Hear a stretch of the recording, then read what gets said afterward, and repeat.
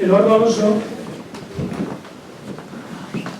pues defendió la tesis doctoral sobre el concierto económico en 93, perdón.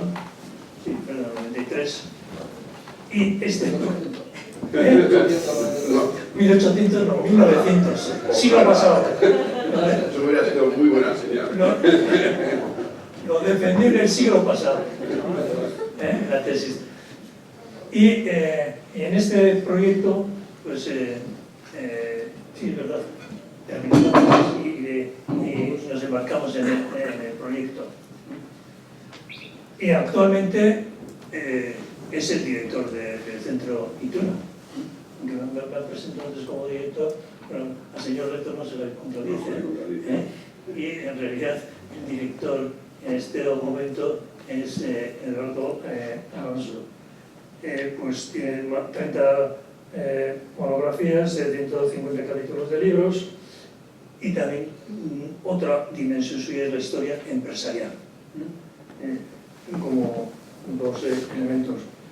Es el editor de la revista Historia Contemporánea y esta revista Historia Contemporánea en este momento está en los índices de revistas científicas de mayor difusión y mayor impacto. Está en el ESTI, el Journal Citation Report, y también en Scopus. Un esfuerzo en el que hay que reconocer la gestión directa como gestor es una empresa gestionar una revista científica y debo decir que no reconocida en la institución pública, no reconocida en la administración pública. Eso es una característica propia de la universidad. Gestionar una revista de impacto es una empresa en sí misma. Y hay diversos fondos que tratan de comprar porque se ha convertido en un business. Y también es el director del Máster de Historia Contemporánea, director de Centro Ituna y próximamente próximo catedrático de Historia Contemporánea, porque ya tiene acreditación, tiene todo, solo falta el trámite burocrático, porque ya pasan todos los filtros. Pero próximamente, entonces, sin más preámbulos, a dar continuidad justo, las conferencias políticas finalizan en 1877, pero el sistema de conferencias continúa en el contexto de un nuevo régimen, que es el régimen del concierto económico, y así lo ha formulado su conferencia, las conferencias en tiempos de régimen de concierto económico administrativo, 1878-1936. Vale, es que ricasco, Josu. Espero que los dioses de la burocracia te hagan caso. Bueno, vamos a ver de forma rápida, sintética, esto de las conferencias en este periodo de concierto económico hasta el año 36-37, un poco cómo funcionan. En parte tienen elementos en común con todo lo que hemos visto, tanto desde el siglo XVIII-XVII hasta 1877, pero luego también tienen algunos elementos un poco distintivos, ¿no? También porque los tiempos cambian y como decía el sabio, las cosas cambian, pero a veces solamente lo aparente, ¿no? Entonces, es evidente que, claro, la necesidad de reunirse en las tres diputaciones persiste en la medida en que tienen puntos en común, puntos de interés en común, ¿no? Sobre todo, las principales, bueno, que diríamos en términos actuales, competencias, pero en ese momento se utilizaba el término de atribuciones, en la administración fiscal, es decir, la administración de los impuestos, de los tributos concertados, que eran los fundamentales, quitando las aduanas, eran los fundamentales del Estado en el momento, ¿no? Y luego también en los temas de personal, pues también entendieron pronto que una de las vías de entrada de lo que quería que quedase fuera, que era la labor del gobierno, sobre todo del Ministerio de Hacienda, era controlando primero su propio personal, no solamente el suyo, en las diputaciones provinciales, sino también el personal de los ayuntamientos. Entonces, estableciendo una serie de filtros o de condiciones previas para y que desde luego la contratación fuera desde la propia diputación o desde los propios ayuntamientos previa autorización de las diputaciones, no del gobierno, es cómo conseguían mantenerse especie como de isla, que aparentemente era, bueno, igual que en otros sitios, en Cáceres o en la provincia de Barcelona, pero que seguían manteniendo elementos privativos muy importantes, como veremos. Y luego también había elementos, puntos particulares, que en algunos momentos afectan a las diputaciones y en otros no, ¿no? Lo veremos en algún caso de una diputación que tiene un problema, la alcabala de 1878 de Álava, no voy a entrar en ello porque es una cosa un poco complicada, pero que al final los alaveses en parte cuentan con la ayuda de los Urquijo, veremos sobre ellos, pero también cuentan con piden colaboración a las otras dos diputaciones para ayudarles en ese tema concreto, ¿no? O sea, tienen un problema con la Hacienda Central en un impuesto que solo se recaudaba en Álava y por lo tanto piden ayuda a las otras dos. Entonces, como digo, es una mezcla de las conferencias de puntos en común, no solamente como veremos en relación con los impuestos, sino con muchas otras cosas, y también puntos particulares que en algunos momentos determinados, como digo, se pide ayuda a las otras diputaciones y en todo su entorno. Como veremos más adelante, veremos ese entorno qué significa. Porque claro, cuando estamos hablando de las actas de las conferencias, estamos hablando de documentos que se han conservado en el tiempo, con no conocemos el orden del día, salvo de algunas, en las circulares previas de la convocatoria, pero sí hay unas actas en las que aparecen los asistentes, qué son para que puedan asistir, quién es el secretario de actas, incluso cuando hay votaciones, cómo se organizan, aunque no es muy habitual. Y luego, a veces, cuentan con otros participantes, que a veces aparecen en el acta y a veces no, como diputados, senadores, comisionados en Madrid, porque también hay, o incluso personal de la propia oficina de las diputaciones, que vemos luego lo que es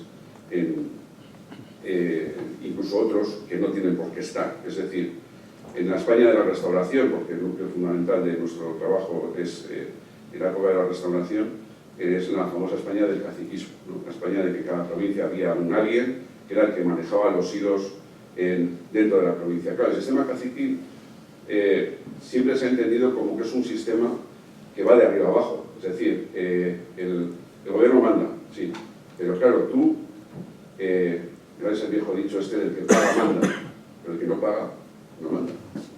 Entonces, claro, si invertimos el término, también va de abajo hacia arriba. Cuando al cacique le hacía falta algo, recurría a alguien que estaba cerca del gobierno en Madrid, y si no conseguía eso, pues dejaba de ser cacique. Claro, tú para que tienes a alguien que intervenga por ti, y tú le apañas unas elecciones, cuando luego recurres a él, el tío A no te hace caso, o B, aunque te haga caso, no consigue hablar con el ministro, con el presidente del gobierno, con el rey incluso, para conseguir lo que tú quieres. Es un sistema de doble circuito, de abajo a arriba y de arriba a abajo. Entonces, en esta España caciquil, como digo, hay que tener en cuenta además que esto funciona de acuerdo también con un sistema de turno. A partir de 1881 empiezan a ganar alternativamente liberales y conservadores, por lo tanto hay que tener amigos en todas partes. Hay que tener amigos conservadores y amigos liberales. El que gobierna hoy, mañana va a estar en la oposición, y el que gobierna, el que va a estar en la oposición, el que está en la oposición hoy va a gobernar mañana. Tú te tienes que ir aquí con todo el mundo, ¿no? Entonces, eso es una de las cosas que consiguen también desde las diputaciones, mantener, salvo momentos muy concretos, una extraña unanimidad carlistas, liberales, conservadores, republicanos, en relación con esos intereses comunes que unos con más gusto y otros con menos van a reconocer como interesantes, como motivo de interés para las tres corporaciones, ¿no? En el caso del País Vasco, a finales de los años 80, pues bueno, Sánchez de Toca sería el tenido por cacique de Guipúzcoa, Martí de Rivas, justo a las puertas de perder las elecciones ante el control de la provincia frente a Chávarri, y en Álava tenemos a los Urquijo. Entonces también se montan sistemas de influencia alternativos, como decía, por diputados, senadores o por familias influyentes que eran caciques de distritos. El caso de los Urquijo es de libro, porque además eran urquijistas, ni liberales ni conservadores, eran urquijistas. Y además el gobierno en el Casillá siempre ponía en Álava a los Urquijo, y los Urquijo siempre votaban a favor del gobierno, liberal o conservador. Entonces el gobierno no tenía ningún problema en poner un Urquijo dentro del distrito de Amurrio, sobre todo, porque sabía que se iba a votar que sí a lo que dijera el gobierno. Pero, lógicamente, cuando a ti te votan que sí siempre, cuando te van a pedir algo, ¿qué vas a decir que no?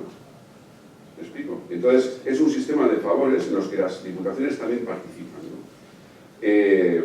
Hay que tener en cuenta, además, que, claro, son familias que controlan las diputaciones y que, además, también tienen representación parlamentaria. Aquí tenemos, si sumamos los Ibarra y los Chávarri elegidos en los distritos vascos, entre 1886 hasta 1923 siempre ha habido Chávarri o Ibarras o los dos, salvo las elecciones del 18 y del 19, pero ojo, dicho de distritos vascos.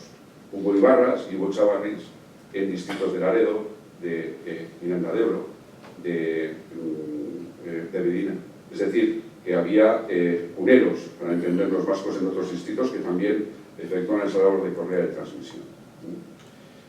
De tal manera que a veces el sistema de conferencias se hacía más complejo porque también contaba de forma oficial o no con los parlamentarios, o con algunos parlamentarios, o con unos parlamentarios más y otros parlamentarios menos, o con gente que ya de antes se les nombraba precisamente porque tenía acceso a los resortes del poder. En el caso de Víctor Chávarri, por ejemplo, en 1893-94, va directamente a hablar con Sagasta y le dice a Sagasta lo que, bueno, esta vez no se cortaba, este iba al pan pan y al vino vino, ¿no?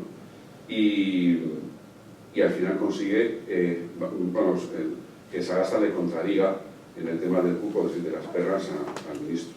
O, por ejemplo, Adolfo Gabriel de Urquijo Ibarra, que fue presidente de la Diputación entre 1905 y 1907, que no es presidente de la Diputación de Vizcaya por nada, es que como tenía cargo en el Palacio Real, podía acceder a verle a Alfonso XIII sin pedir permiso previo al gobierno. Y eso es un factor muy importante. Por lo tanto, hay que entender que las conferencias, a partir de 1877 y a lo largo del tiempo, van a hacerse, como digo, formalmente no, pero en términos efectivos más complejas, en el sentido de que va a contar, en caso de emergencia, no solamente con agentes en corte, como veremos, sino también con los parlamentarios.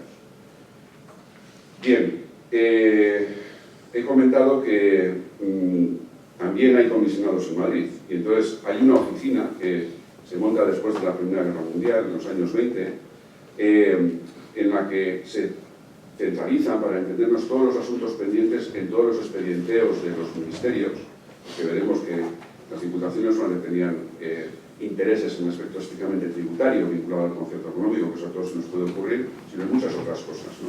Y entonces, como la burocracia funciona a base de a golpe de expediente, pues hay un personaje en Madrid que es Manuel Senante, que es diputado por Azpeitia durante un montón de años, pero además también pasa, hay momentos en los que es parlamentario en Madrid, y además es carlista y conoce a todo el mundo.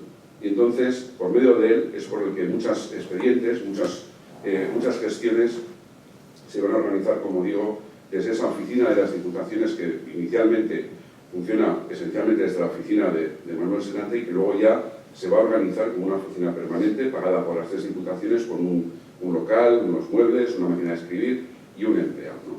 Que es el que está realmente de ventanilla en ventanilla. Lo que haría son más gestiones de antecámara ministerial, ¿no? O de hablar con el jefe de negociados, claro.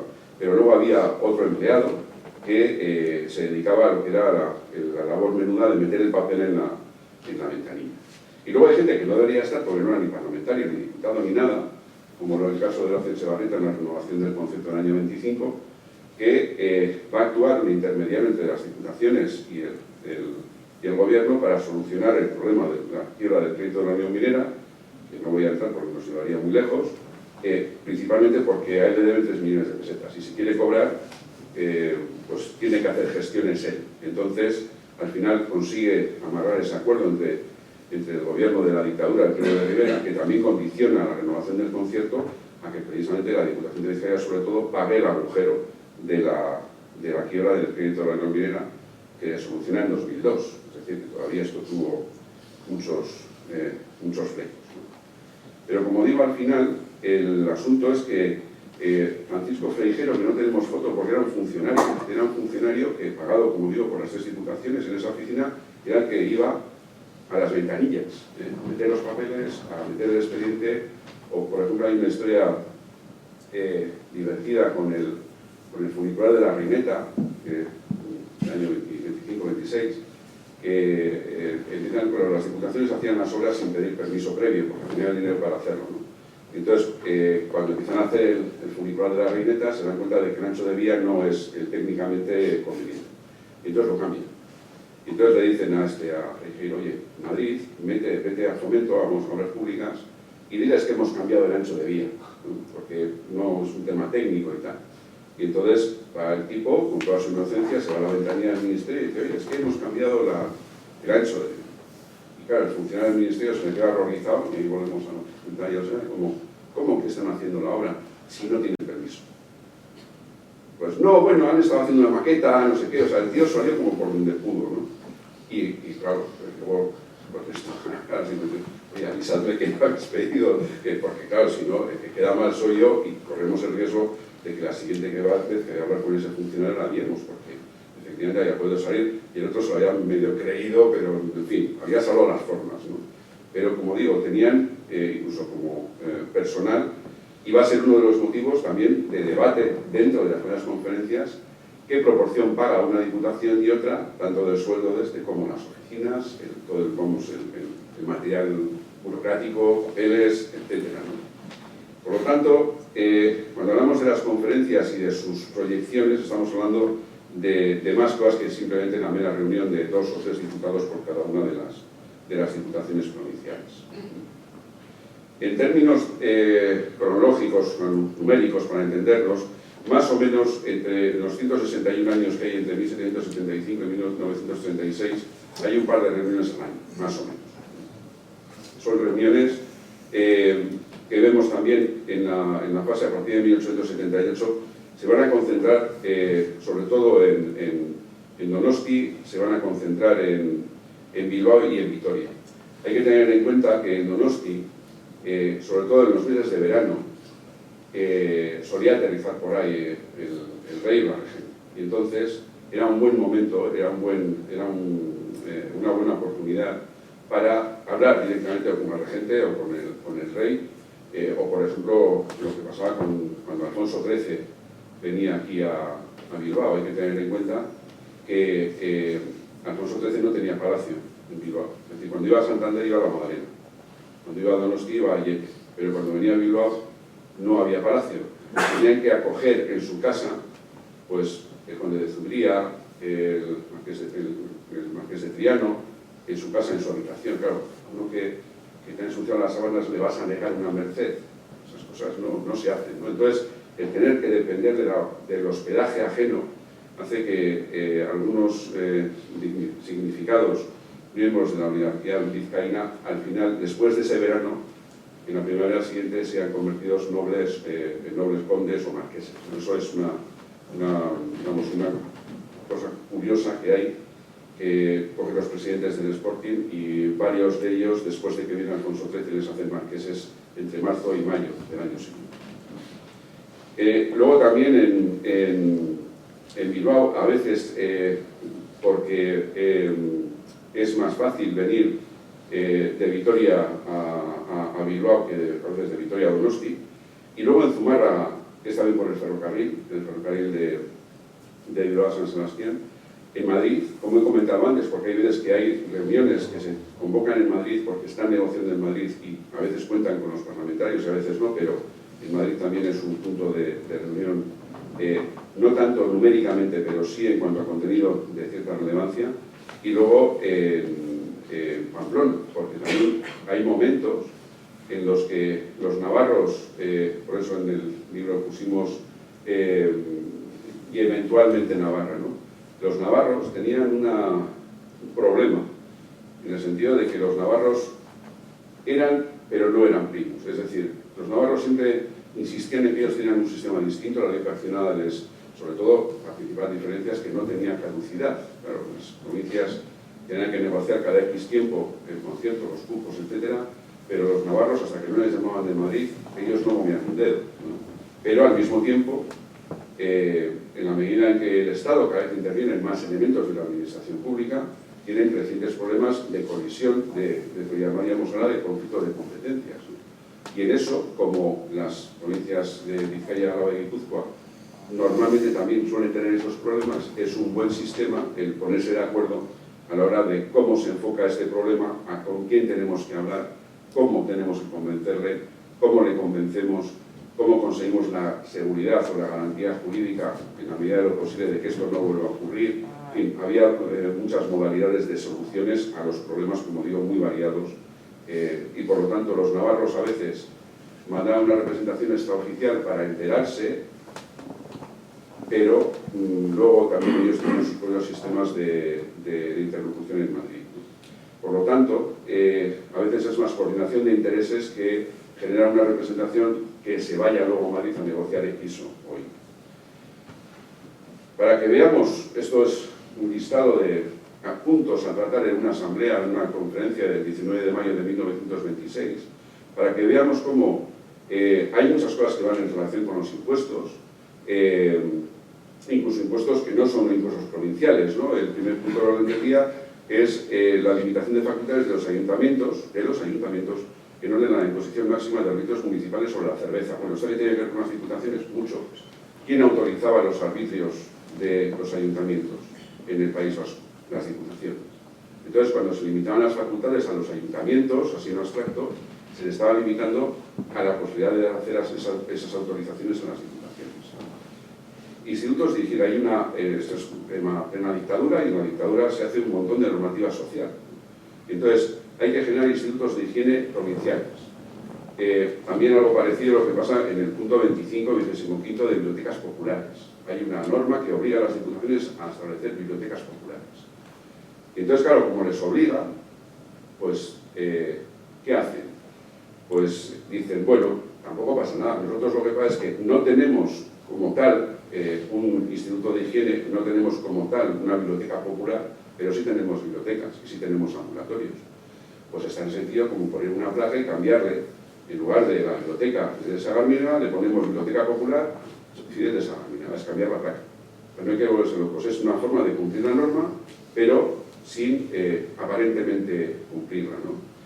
Luego, por ejemplo, hay otro punto que les llevó mucho tiempo, el problema de los secretarios municipales, que tenían que cumplir con las condiciones de los secretarios de las diputaciones provinciales de régimen común, y eso era un problema porque, como comentaba antes, eran muy celosos de su propio personal, e inaplicación en las políticas comunales del reglamento de funcionarios provinciales.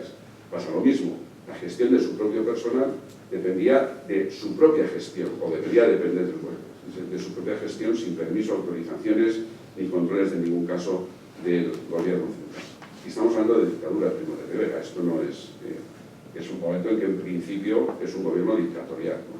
La ley de sargentos, pues es lo mismo, es una ley en la que obliga a las instituciones públicas a tener un cupo de plazas para los suboficiales del ejército que por edad se jubilan.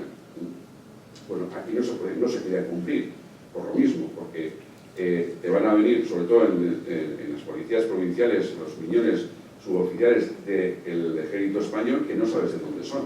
Por lo tanto, hay que tener cuidado con quién metemos en casa, ¿no? Las oficinas en Madrid, este es el típico pleito de cómo pagamos, mitad y mitad, repartido entre tres, o Vizcaya la mitad y el resto entre Álava y Guipúzcoa, pero en qué proporción. Bueno, pues los debates que tienen eso también tienen su gracia, ¿no? Bueno, luego las bases de reglamento de concierto económico, ordenanzas de sanciones municipales, fijación del número de irregularidades con que Álava y Guipúzcoa han de contribuir para los 60 millones del crédito de la Unión Minera. O sea, luego también hay follones entre ellos para repartirse esas obligaciones. Luego hay algunas muy curiosas, ¿no? Que, por ejemplo, en el punto 12º, dice, orden de la Dirección General de Administración disponiendo que se valgan del conducto del gobernador las corporaciones provinciales cuando se dirijan al gobierno. Tiene un párrafo en el que dice, como nosotros siempre nos hemos dirigido directamente al gobierno, lo seguiremos haciendo. O sea, les da igual lo que digan, ¿no? Luego, como digo, ¿no? temas de impuestos nuevos que querían establecer la dictadura. Son, como digo, elementos un poco dispersos, ¿no? Evidentemente, los temas de Hacienda son centrales, pero hay muchos más, ¿no? Luego, como también he comentado antes, ¿no? He escrito la Diputación sobre el impuesto de utilidades del Banco Vasco, que es un banco radicado en Bilbao, pero que tiene problemas con la liquidación del impuesto de sociedades, para entendernos, y pide ayuda a las otras dos, ¿no? Y luego, bueno, el asunto del limitado, es decir, es un problema de jurisdicciones entre Aramayola y el Sandiano desde el siglo XV, que yo sepa, todavía no se ha solucionado, que yo sepa, Alberto, pero aquí están intentando solucionarlo con un arbitraje de la provincia de Guipúzcoa, por ejemplo. Además dice que como hay un debate de quién cobra los impuestos en el enclave donde está el famoso limitado, pues no lo está cobrando nadie. Y eso no puede ser. Entonces, como vemos, abarca muchos aspectos, ¿no? Y bueno, las conferencias, en cuanto a aquí he cogido las conferencias en número a lo largo de los años, para ver en qué momentos hay más y en qué momentos hay menos conferencias. He metido los datos de 1876 para ver la diferencia de la crisis foral, el problema del, vamos, el debate que va a suceder con la crisis foral es muy intenso, como es bien sabido, y por eso en 1876 se produce el récord de número de conferencias, ¿no? Es un problema muy gordo que tienen con Cánovas y están continuamente y se reúnen en repetidas ocasiones. Pero si nos fijamos en el 77, como ya ha comentado Joseba Alcazcuénaga, se les prohíbe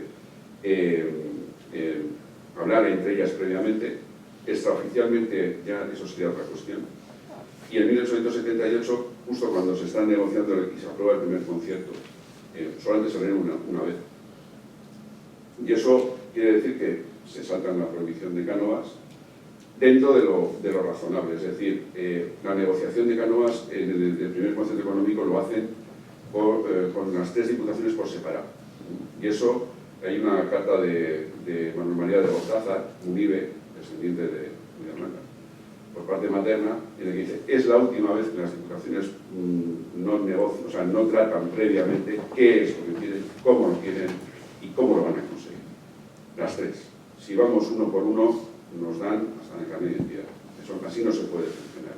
Claro, porque Cánovas lo que utilizó es, no, si a los alaveses han dicho que sí, como tú no puedes, lo del tema de la armonización, ¿no? Tú no puedes decir que sí o que no cuando los alaveses ya están conformes, ¿no? Ya hemos hablado con los guipuzcoanos alaveses y nos han dicho que sí, ¿no? El tema del tabaco, por ejemplo, tienen un follón con el tabaco impresionante, que al final los vizcaínos son los que, bueno, consiguen una fábrica de tabaco, cosa que a los alaveses no les hace demasiada gracia, pero claro, los que están pegándose con el tema del tabaco sobre todo son los vizcaínos. Entonces, claro, al final también se ve como los intereses provinciales de cada una de ellas tienen que armonizarse y en caso de problemas, pues cada uno sálvese quien pueda. Y en este caso, como digo, Cortázar manda unas cartas muy, a veces muy duras, hablando de los alaveses que son unos traidores, unos raritos, y que incluso que ha tenido el bronca con el gobernador de Álava y tal, porque claro, todo este problema se solucionaba con la nivelación, ¿no? Como decían en la época, la nivelación. Y que, claro, como son todos una banda de carlistas, claro, Cortázar, que había estado en el sitio de Bilbao, había sido diputado general de la guerra, y claro, y habían bombardeado en Bilbao, estando él en Bilbao, es decir, que tenía gana haber defendido la causa de Alfonso XII, era él en persona, ¿no? Entonces se cabrea con el gobernador de Álava y le dice que el que estaba debajo de las bombas era él, y el otro estaba en un despacho en Madrid, entonces que se callase. Y bueno, pero en un tono un poco así, ¿no? Entonces, bueno, siguiendo con la sucesión, vemos que en los años 80, hasta 1886, hay meneos, hay acción en las conferencias. ¿Por qué? Porque el acuerdo del 78 es provisional por 8 años. Claro, ¿cómo se va a renovar? ¿Se puede renovar? Sí, no. ¿Bajo qué condiciones? ¿Quién lo tiene que renovar? Claro, ahora eso lo sabemos, pero entonces no se sabía, porque en teoría, a partir de 1886, no hay. Bueno, ahí tuvieron suerte en algunos factores, ¿no? Muere Alfonso XII, llega la regente, hay cambio de gobierno, los que llegan al gobierno no quieren líos, cuanto menos líos mejor.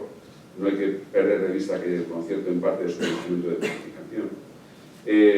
Y luego hay momentos momentos en los que, como el año 1892-93, porque hay una reforma fiscal y hay que hay que modificar el concierto, pero sobre todo, si puede llamar la atención el pico que hace en 1898, la guerra de Cuba, el donativo, en 1900, la reforma del General Villaverde y el ajuste del concierto para integrar, que no lo integró en términos literales, la nueva contribución de utilidades, y sobre todo 1904. 1904 es un punto de susto, es decir, se tiene que renovar el concierto por 12 años en 1906, y en 1904 el gobierno de Maura lo que hace es modificar la contribución de alcoholes y pretende desencabezar una parte del impuesto del concierto.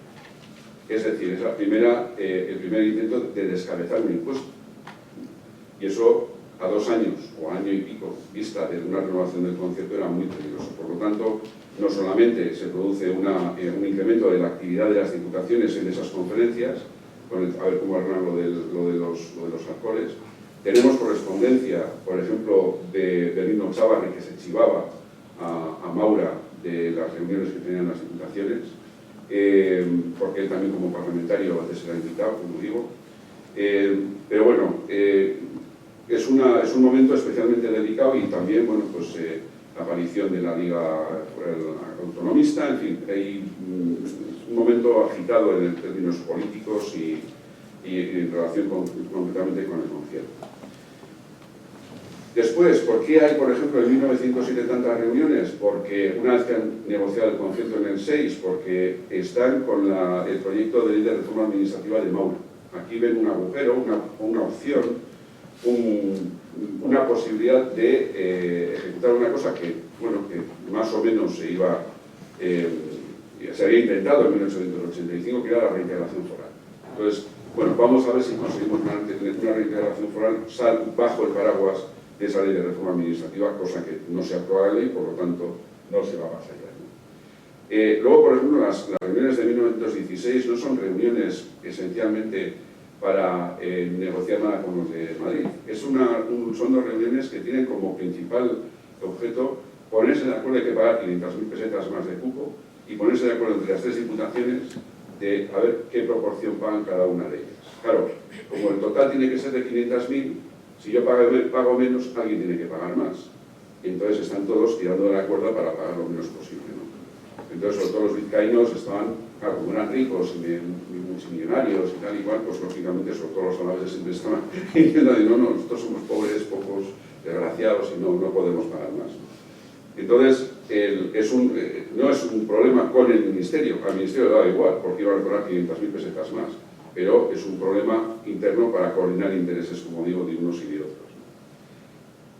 La reforma del concierto del año 21-22 tiene una cierta importancia en cuanto a concepto, ¿no? Porque fue el aviso de que la próxima renovación, que iba a ser en el 25, pero bueno, en el 26, no iban a incluirse, por ejemplo, la contribución territorial, la contribución industrial, es decir, era un aviso a navegantes y los representantes de las diputaciones estaban muy preocupados pensando qué les podía pasar en el 26 de cara a la renovación a fecha 1 de enero del 27.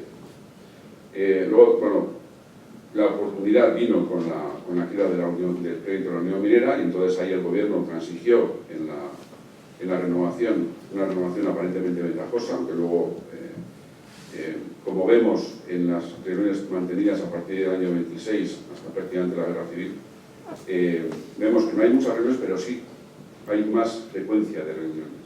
¿Y eso por qué es? Primero, porque en la medida en que el Estado, sobre todo después con la dictadura de Primo de Rivera y luego en menor medida con la República, se va a ocupar cada vez de más cosas, como hemos visto, es más fácil que haya lo que conocemos ahora como conflicto de competencias. Si uno no se preocupa de los institutos, pues no hay problema, pero si tú quieres regular los institutos, pues tienes problemas porque las diputaciones son las que administran los institutos, por ejemplo. Personal municipal, en el año 35 se debate la ley de bases del régimen local, que afectaba directamente a diputaciones y ayuntamientos. Y no hay que olvidar que cuando hablamos de régimen local estamos hablando del control de las diputaciones sobre los ayuntamientos. Por ejemplo, en el 32 hay muchas reuniones. ¿Por qué? El impuesto sobre la renta. el impuesto del grupo. Es decir, quieren establecer un impuesto, no han hablado con nosotros para establecer el impuesto de la renta. Hay muchos millonarios en Vizcaya sobre todo, y en Guipúzcoa alguno menos, pero también hay unos cuantos millonarios en Guipúzcoa muy preocupados. ¿Cómo lo quieren recaudar? Y además, no solamente eso, sino que claro, que como las diputaciones a partir del año 26 están comandadas por gestores, es decir, no hay elecciones provinciales desde 1923, y por lo tanto no hay una representación democrática, que digamos, si son nombrados a dedos por los sucesivos gobiernos de la República, de la dictadura de Primo de Rivera, de la dictadura blanda y ya en la Segunda República. Los únicos cargos electos en la República son los alcaldes, pero los diputados provinciales son nombrados a dedo por los sucesivos gobiernos. Entonces, encontramos que hay muchas reuniones, por una parte, como digo, porque la República intenta establecer sobre todo impuestos nuevos que no se ajustan al esquema de concierto, y también porque hay tensiones dentro de las diputaciones entre unos y otros, porque cada uno quiere, lógicamente, tirar de su hilo, y porque hay momentos también en que hay conflictos dentro de las diputaciones, porque son nombrados, como digo, por el gobierno, y en el caso vizcaíno es especialmente claro el enfrentamiento que hay entre el presidente Gallano y el vicepresidente Simón Benta. Claro, son momentos en los que, paradójicamente, ellos no hablan prácticamente en las conferencias, que ahora es el jefe de la oficina de Hacienda. Vosotros imaginaros que en lugar de hablar el consejero de Hacienda, hablarse el técnico, porque como no se entiende el vicepresidente, o sea, los dos que están representando la Diputación se odian a matar y están cada 2 por 3 con bronca diaria, al final el que manifiesta la opinión de Vizcaya es el jefe de la oficina de Hacienda de Vizcaya, que además es guipuzcoano. Lo ficharon en el año 21 como un futbolista, porque era un tío con buena cabeza para los números, y luego, bueno, terminó como Rosario de la Aurora en el año 36 precisamente por eso.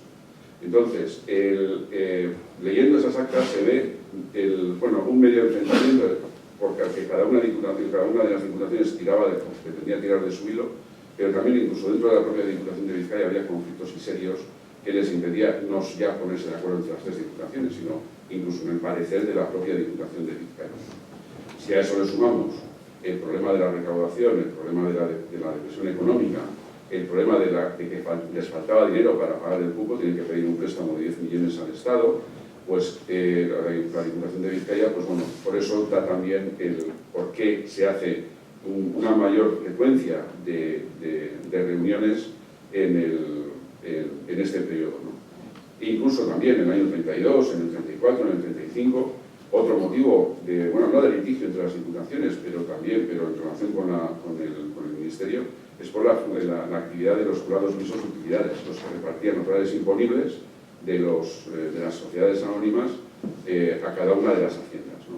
Entonces, claro, ellos habían pactado un cupo teórico de 40 millones en el año 25, considerando que iba a funcionar más o menos como antes el esquema de recaudación. Desde el Ministerio de Hacienda lo que quieren es exprimir, también el Ministerio de Hacienda quiere exprimir al contribuyente, y en este caso al contribuyente vasco más todavía, y por lo tanto es un debate continuo que tienen en las conferencias sobre qué hacemos para enfrentarnos a estos jurados de utilidades. ¿No? Hay unas expresiones de este jefe de Hacienda muy interesantes sobre que tenía en la cabeza el tema del concierto, que era Juan Navarro Reverter, que le habían hecho vicepresidente del Banco Hipotecario, y dice, y ahí está, tiene que se quede mucho tiempo, no le queremos ni ver, ¿no? Entonces, claro, eso también repercute en una mayor frecuencia de reuniones de conferencias. Ya para terminar, si lo vemos un poco por décadas, hay momentos, como he comentado antes, como en los 5 o 6 años, entre el 31 y el 36, hay un 15% de reuniones, es decir, hay más que en la década de los 80 y 90, y eso que en el 83 se renueva el concierto. Hay momentos en los que la conflictividad, no solo con el Ministerio de Hacienda, sino con el entorno del Estado, o los problemas de coordinación entre las propias diputaciones. Claro, en Álava, por ejemplo, había muchas menos sociedades anónimas con capitales más pequeños, y por lo tanto, pues bien, pero que ellos no tenían un interés tan directo, ¿no? Claro, cuando se jugaba en la recaudación del Banco de Bilbao, de Hidroeléctrica Ibérica, con un montón de dinero, pues ahí, claro, lógicamente se veían las tensiones. Entonces hay momentos, como digo, que aparentemente hay entre 1900 y 1910 que he comentado antes, el tema del alcohol, el tema de las consecuencias de la aparición del impuesto de utilidades, el problema de ese medio millón que había que sumar, en fin. Más o menos, aparentemente, si vemos el gráfico, no hay una gran diferencia entre las décadas, pero hay que tener en cuenta que, como digo, el primer periodo no es una década, son 4 o 5 años, desde 76 al 80, y la última también. Eso nos quiere decir que al comienzo y al final del periodo fueron momentos de especial necesidad de ponerse de acuerdo en unas cosas, no solamente, como digo, frente al Estado, Ministerio de Hacienda esencialmente, pero no solo, sino también entre ellas mismas, ¿no? En esos temas también de coordinación o de armonización fiscal que empiezan a darse cuenta que les hace falta, porque no es un problema de imposición del Ministerio, sino que es una necesidad que tienen en la medida en que las tres recaudan sobre las mismas empresas. Entonces, ahí tienen que ponerse de acuerdo de alguna forma. Por lo tanto, las conferencias igual dejaron de ser políticas, pero aquí hay mucha política. Y da lo mismo liberales, conservadores, carlistas, republicanos.